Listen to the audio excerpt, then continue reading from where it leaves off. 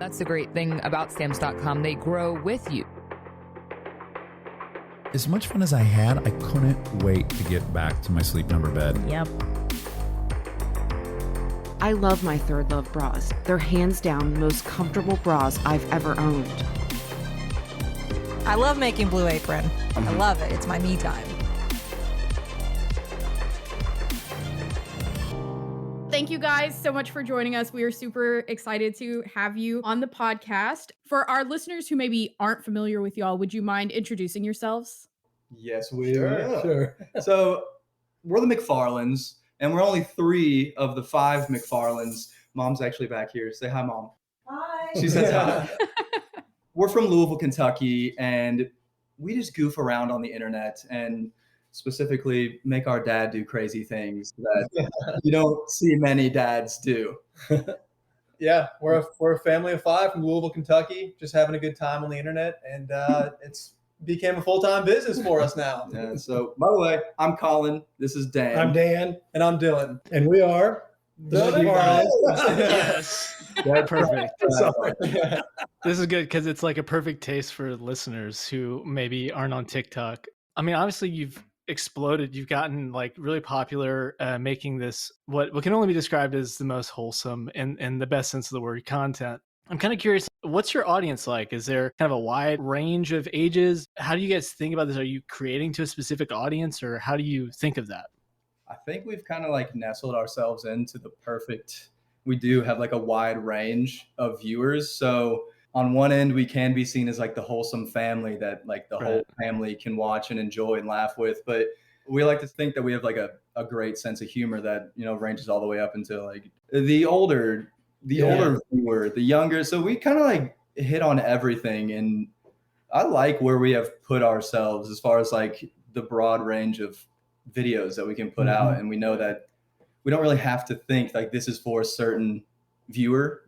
Because we know the range is just that big, broad. A lot of people can identify what's in a family, you know, whether the younger, older, grandparents, they identify some of the crazy things we do. Yeah. I would just honestly like categorize it as like timeless comedy. Anybody can laugh at it no matter what age you are. So we really try to go for the larger demographic and age range. But I mean, it really does vary in range from like, I would say, I don't know, like 16 all the way up to like 65. Like, it's a big range. Yeah. A lot of our material comes from just everyday life. Everything that we do, you know, laugh at. That's where we get a lot of our material and just kind of put a spin on it. Yeah, and clearly like it's working for you guys. Yeah. Like that broad range is working really well. Yeah. So I know that when I introduced us, we are an advertising agency. And I saw that one of y'all's most popular videos was actually like a sponsored video by Gillette. One, is that true? And how did that happen? So yeah, we worked with Gillette, and that video is, I think, our most viewed video that we have living on our page. And it was a really quick turnaround for that video. And Gillette wanted us to, you know, use our humor style and just wholesomeness, I guess. We started off looking like it's you know, you've been in quarantine for a while. You look kind of like grubby. And so we had beards, and then we jumped into like a classic TikTok transition. We're in tuxedos, which apparently we just have here laying around. But yeah, so because we got that done so quickly and they liked it so much, they paid to promote it. So it would be the first video that popped up when you open TikTok. So I had a bunch of people, I don't know if these guys did too, that messaged them that day and said like, you guys were the first ones. Yeah, like people were like cracking their eyes open and like getting on TikTok and they're like, McFarlands are on my screen? Like what is going on? So I mean, yeah, that was a lot of fun. Yeah. And we have continued to work with Gillette too, and absolutely love working with them. Yeah. That's awesome. How do you decide which sponsors to work with? Oh, I mean, we really try to make sure like the brand resonates with our personal brand. So if it's a product, it's something that we use day in and day out and something that we love, we're going to, you know, promote it and we're going to use it. And that's really like our starting point. So like if a brand comes to us with something that they want to promote, we first are like, all right, do we like this brand? Is this something we use? Is this something that we could use in the future? And if like it checks all the boxes, we're willing to work with them. And so that's like really our little checklist we run through. Comes off authentic too. Yeah. If we really use that product, it comes off in the videos. Plus, it's not fake. I'm kind of like an advertising junkie. I've always like enjoyed commercials just to see like what brands like come up with. Yeah. This one that sticks out to me is like that we did one with Skittles. And I love their advertising. Like just growing up watching Skittles commercials. It's very classic. Like everybody remembers the Skittles commercials. Like, it's funny. Like they go viral on the internet and it's an ad. So we got to work with Skittles and do the Skittles Touch one, which we were out in like a snowstorm at his office filming Skittles until like 12:30 at night. And it was like an ice storm, but that's kind of what we look for is just like, does it resonate with us? Do we use it? And like, can we put our own spin without it being an issue? Yeah. More so like if the brand has a sense of humor, does it match up with our sense of humor? And like Skittles is a perfect example because late at night we're making a Skittles video and I turned Dad into a pile of Skittles. And so like it was just hilarious. Well, do y'all have any words of advice for like making a great sponsored post? Definitely. Yeah. So, I mean, it's kind of together with like the brand, you got to go back and forth with them to begin with. And of course, like they have what in their mind, what they want to see, but making a great sponsored post, Dad said it, is just like, does it feel natural coming from what type of creator you are? If something doesn't match up with us, we're going to have second thoughts about it, or just flat out say like, no, this doesn't align. So it has to feel natural. It doesn't like, we love making ads that don't feel like ads. And when we get the comment that says, I didn't even think this was an ad until like I read the description, that's when like, that you hit a home run. Yeah. That was the best one. And I mean, honestly, I would add on to that. Like, it's almost the same as making just a normal TikTok video. It's like, would you post this normally on your page? I don't think you're going to see us like Dad lip syncing a popular sound like tonight. You might, but like, is that something we're going to post? I don't know. And if the brand's asking us to do something that wouldn't really do in our content, we might be a little hesitant and be like, I don't know about that. So that's how I think about it too, is like, will we post this naturally on our, in our content?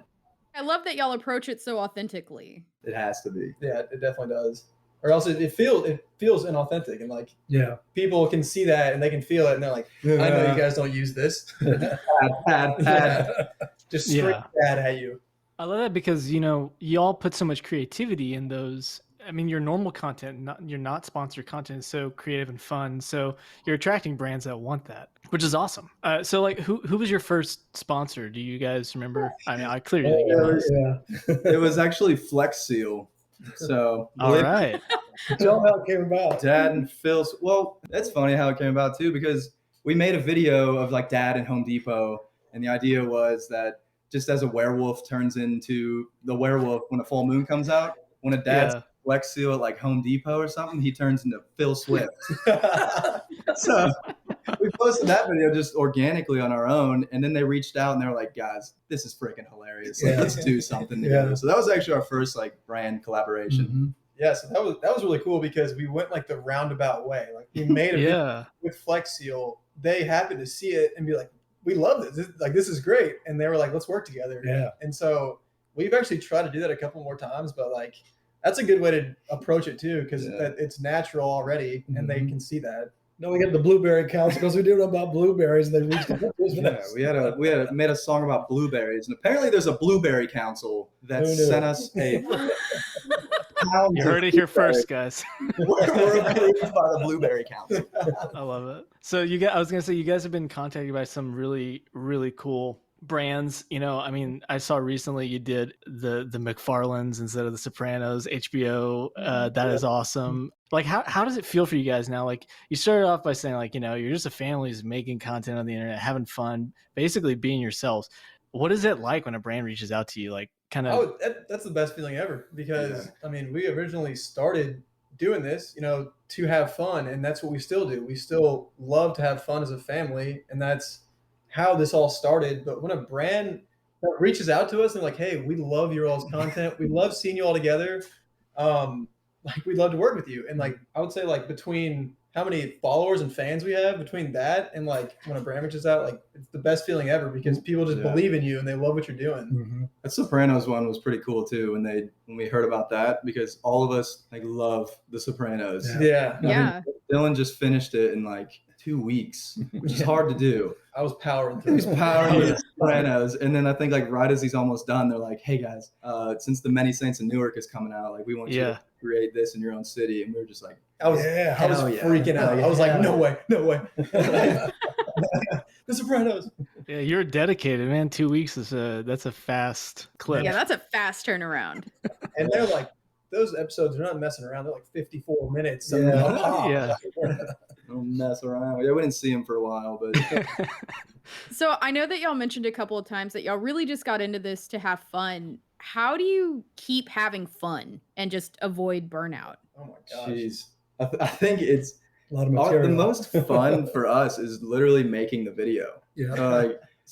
We don't live together. A lot of people think that we just live in this house that we just never moved out, which like it wouldn't be that bad if we didn't, but we have like ideas that we come up with. We're like, all right, everybody meet at home at this time and we'll film, and then it's like guaranteed dad makes at least 47 bloopers a video, so he's getting better.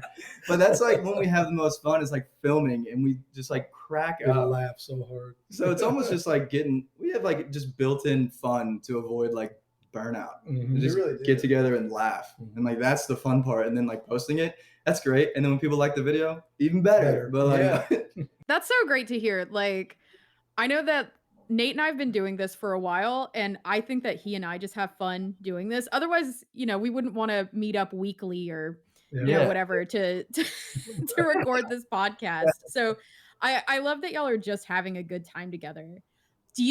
I'm curious, do you feel any pressure to continue to go viral, or do you think that at this point you're just making videos that like you guys like and that you just kind of hope that your audience also likes? So for me personally, like I shoot and edit all the videos, which is like why I don't see my face much, because I like to be behind the camera. So as far as like pressure to go viral, I would love it if every single video we posted went viral, but it's kind of disheartening when I spend a lot of time on a video that I think is like hysterical for us and it just doesn't do well. So it's not like I think everything we post should go viral. Like you can't think that ever. Like you just post a video. If it does well, great. If not, like on to the next one. Yeah. We love like making and posting things that we personally think are funny. And like I talked about earlier, but like that is the most rewarding, that there's people out there that think like the things that we think are funny are funny. Yep. So it's like we make these videos and we post them and people are just like thinking they're hilarious. And so like that's great, and we're never going to stop doing that. But like I wouldn't say we feel pressure to go viral. It's nice when like Colin said, it's nice when a video really takes off and does really well. And some that we think are really funny that don't do well. It's weird how some things take off and some things don't. But I mean, Dad likes to hear. He likes to hear from his high school friends that see the video. Yeah. I don't care. I do think that TikTok has been a really interesting medium for like finding your niche. I feel like you can find almost anything that resonates with you personally on there. You really can. I mean, that's Mine like knows that one. The power of the For You page. It literally like learns you. Yes. Like Netflix, it like recommends videos, and like we always say this, but our For You page is so much different than Mom's For You page. Mm-hmm. Like sweet little animals and like how to make cheesy buns. Just like the sweetest little For You page ever. And like it's amazing because it's different for literally every single person. Yeah. I'm one of those that got into baking over quarantine, so now my feed is just like 99% bread, which is not the worst, but at a certain point it's a certain extreme. Yeah, exactly. Once you start liking a bunch of the same videos. So yeah. So I'm really, really curious about the creative process for you guys, because it's really interesting. Your family, not everyone that's creating on TikTok comes together and is already super close. It sounds like you guys have been close and have been making videos for a while, but how do you get your ideas? And are you consciously targeting them to a broad range, or is that something that sort of just comes with your sense of humor? I mean, we get our ideas literally from just everyday life, like whatever if you're watching something on TV, or for some reason we always compare like our style of making videos or just coming up with ideas as like Larry David and Curb Your Enthusiasm, or like Yeah. It's just like Every stuff day. that you see and you're just like, that could probably be a video.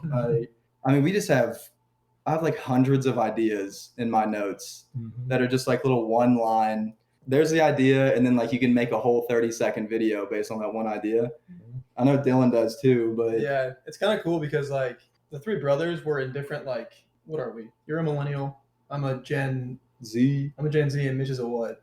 Millennial. Can't really. Yeah. It'd be weird if he wasn't. Yeah. but- Whatever. But so like we have like different ways of like ideating, and like I love listening to music and like thinking like, what could we do to this song that would be like funny or cool?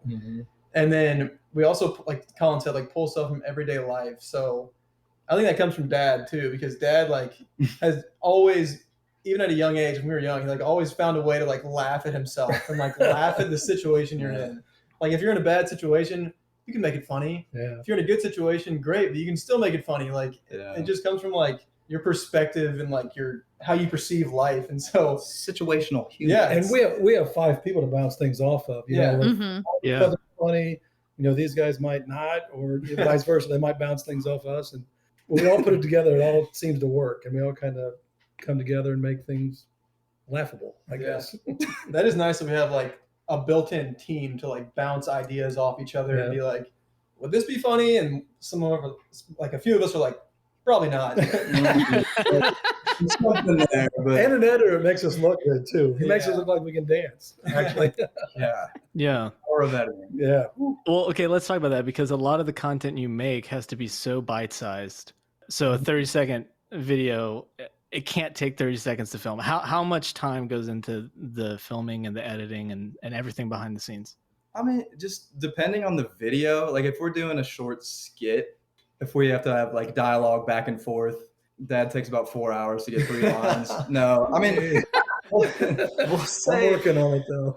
just like a 30-second video, I'd say it takes about, on average, maybe 45 minutes to shoot. And then if I sit down and really make myself do it all in that one sitting, an hour and a half to edit it. Yeah. Depending on the style of video. If we're using music and you don't have to talk the whole time, that makes it a little easier. But full dialogue, just 30 seconds, like sometimes it can take like 2 or 3 hours to edit. Brand deals can take longer though. You know, brand deals because they might want something specific, and they might go back and might send something in, and you might talk about that too, because a lot of times they might not like what we did. That doesn't happen that often, but it seems like brand deals sometimes want you to be more specific. There's just like revisions sometimes that they, it's just like pretty procedure standard. But I think like when we first started like making, I guess not first started, but like when we were making videos, it was like they were taking an hour or 2 to film.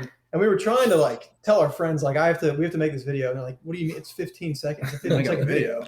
That's like the hardest thing to try to get through to people is like, these take a lot longer to make than 15 seconds. 30 seconds. It does not help that like I don't want to put it out if I don't think it's perfect, which like sometimes it seems more of a burden, but I just, like, they're good. Yeah. So I don't know. I like to make sure it's seamless as far as like everything, the sound and everything. Like make it a mini movie. And I mean, the production quality really shows. So I think it's really cool to think about how the audience only sees that clip, but imagining all the work that goes behind it. I'm curious though, like Blinding Lights specifically, how long did that one take? So just the filming part of it, I think we started about like 4 p.m. in the afternoon, and we wrapped up after picking Dad up at like 6:30. Like it had to be, at least, because I was getting a little, and it was getting dark outside, and I was like, "Dad, please, dear Lord, just sweat, just pitter patter your feet a little faster or something." So, like that one took about like 2.5 hours. Yeah. To film. And like if you're in production, like those are all obviously different shots, and we don't have multiple cameras. Yeah. We have one iPhone that we're working with. Shoot one 10 seconds, take it to the next spot, do the next 10 seconds. But that one I was so excited about to get done and released. I think I finished editing that in like an hour and posted that the same day. That's awesome. Yeah, y'all did one recently. I think it was like Drunk History, and I was curious about that one. I was like, some work must have gone into that. Oh yeah, that was fun. That is fun. That's something we're starting to try to do on YouTube. We actually just recorded another one yesterday, but I'm in the editing process right now. But yeah, Dylan actually came up with this idea because we want to start posting more on YouTube. And we want to use YouTube as more of like an outlet to get ourselves out there, like what our family actually does on a daily basis, or just some stories from our family's past. So we have the idea that we're going to tell stories, but also act them out in segments like Drunk History, where, you know, they cut back and forth to the person on the couch, glass of bourbon or whatever. And then they also show the clips, but they're voicing over. So that's kind of what we're trying to do, but just with more of our like family stories. Yeah. I guess YouTube is different because there's not the expectation that it has to be bite-sized. So do you guys, are you interested in that because of the storytelling element, or is it finding another audience? What does YouTube really have that you think maybe TikTok or other channels don't have as much? I think it is more like the storytelling aspect of it, like letting people see more of like raw, not just like here's 10 seconds of a clip and then we cut it and it's the next one, just like raw storytelling and like letting people see into our actual lives and like how we interact with each other and like how we laugh together, and not just the skit or the song that we sing in our kitchen just for that quick 15 seconds. It's just more of like an outlet to see our whole family. Yeah. I feel like it's more like a personal outlet that you can make longer format, and it's more like relaxed. It's like, I don't know, I feel like it's like TikTok's like camera in your face, like do something funny. And then you like come see who we are. Like we're a family of 5 from Louisville, Kentucky. You know, we love doing this as a family. We love having fun. It's like, it's more of a place to come see who the McFarlands actually are. I love that. So behind the scenes, is the production process similar, or is there a different preparation for YouTube versus TikTok? Yeah, there is. Again, like we're still trying to find out like what type of videos we are going to live on YouTube. And we've tried we've actually posted some behind the scenes footage of actually filming a TikTok, where we had a TikTok where we made it look like Dad flew away on a helicopter, and it looked pretty real. So I was just, while we were filming that TikTok, I would just take a step back and say like, okay, here's what's going on in this shot. And like, that was fun to do. We'll probably do more of those, as far as like, if we have a really intricate TikTok that's only 30 seconds, might as well make like a 5 to 10 minute video showing what actually goes into making a 30-second high effort TikTok. But as far as like the Drunk History style, that's just, we'll set up the camera, record our story for 15, 20 minutes, cut that up, and then we'll go through and mark out like which points we want to show. Yeah, make like a shot list out of the audio, and then we'll go and like not voiceover, but like mouth, I guess, like what saying in the video and the audio. So it's fun. I hope we're gonna start releasing a lot more of those because they're fun to make. I was gonna say that so I watched the behind the scenes for the helicopter one, and it was so cool to see, not only because you guys are of course having a lot of fun, you know, with the leaf blower and like just being cut ups, but like in the best way, like watching the kind of collaboration. I mean, I don't remember if it was one of you guys that had the rake, or, you know, making it, there's a lot of cool details that go into that. Do you have any idea if the audience for YouTube is like other creators? Do you see a difference between like TikTok or YouTube audience yet, or is it maybe still kind of early to tell what is drawing people on YouTube versus TikTok? As far as like our videos, or just for you guys so far? I'd say it's more of like the 25, almost like mid-20s and up. We get a lot of that on YouTube. So sometimes we'll post like our meme style videos, and then those will draw in like the younger viewers. But as far as YouTube, we just always click like, this isn't made for children. We don't so we kind of have to do that. I guess it could be, but yeah, we do see like the late Gen Z to early millennial viewers on YouTube. Yeah, I mean, we have started to see like a kind of like a trickle from like TikTok to YouTube, but it's hard to get people to follow you on like different platforms. I mean, it's hard to get anything, but just like I would say right now our YouTube is like our like diehard fans. And just love everything that we make, and we love them, but we like would like to keep making more videos and gaining more traction on YouTube, just because it's another outlet for us to show you who the McFarlands are. So we've got TikTok, we've got YouTube. Would you consider hosting a podcast? Hell yeah. Oh yeah. Yeah, we actually just bought 5 Rode microphones. There you go. You got to put them to use. Yeah, so we just used them yesterday for the first time, and It's pretty fun. Yeah. We like to sit around and tell stories and just bounce off each other because that's just how it goes. We love to just rag on Dad, and he for some reason still takes it, I guess. But yeah, we love the idea of a podcast. I mean, we just basically just don't shut up. That might be one of the reasons. Right now, we're kind of trying to frame out a podcast too. We're like structuring it. We're kind of writing it a little bit, but we want to get to the point where we can record like 6 to 8 episodes before we start releasing anything. Got to give it some wings. Yeah. So we're trying to do it. It's just we have other stuff going on right now and working with brands, and there's not enough time in the day. Jeez. Shit. I know that's a lot of creating happening. Yeah.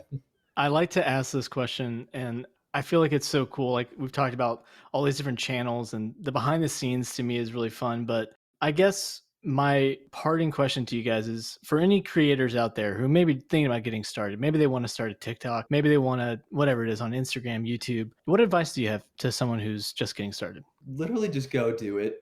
Like what you think is funny, like even if you think no one else might think it's funny, or just it doesn't have to be funny. It can be like something that you're passionate about. If you like it, just put it out there because like it's the internet. Like there's endless amounts of little niches that someone can find, or someone might find you. And even if it's not that you're going to go viral, you might find a friend that you can bounce ideas off of. It kind of snowballs, really. Like we just started posting stuff that we thought was funny, goofing around in our backyard. And then now it's snowballed into, we're on a podcast talking to you guys. Like, so like literally just go do it. Don't second guess yourself. Yeah. There's no time for that. Yeah. I would add to that, like just getting started on social media right now, like I would be terrified, but you really can't. Like everybody has to start somewhere. And like if you look back at some of our like first videos we've ever made, they are atrocious. Just like terrible.